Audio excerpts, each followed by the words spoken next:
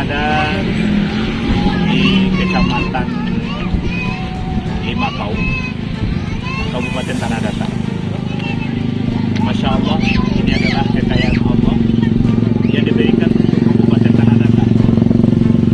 Tanahnya yang subur, pemandangannya yang indah.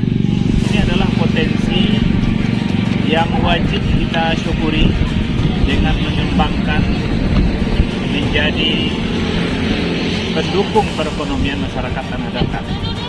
Ke depan, pertanian, pariwisata, dan keindahan alam ini harus terkelola dengan baik. Bahkan negeri yang indah ini, negeri yang penuh berkah ini, yang dijanjikan oleh Allah dalam Al-Quran, jika pemimpin dan masyarakatnya taat beragama, beriman kepada Allah Subhanahu wa taala, Allah akan turunkan berkah dari langit dan berkah dari bumi.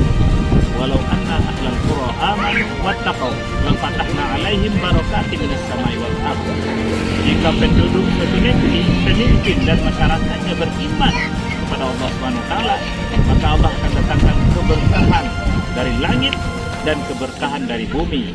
Dalam bahasa Minangnya, padi menjadi jaguang mau piah, anak kemanakan hidup sentosa sejahtera secara ekonomi.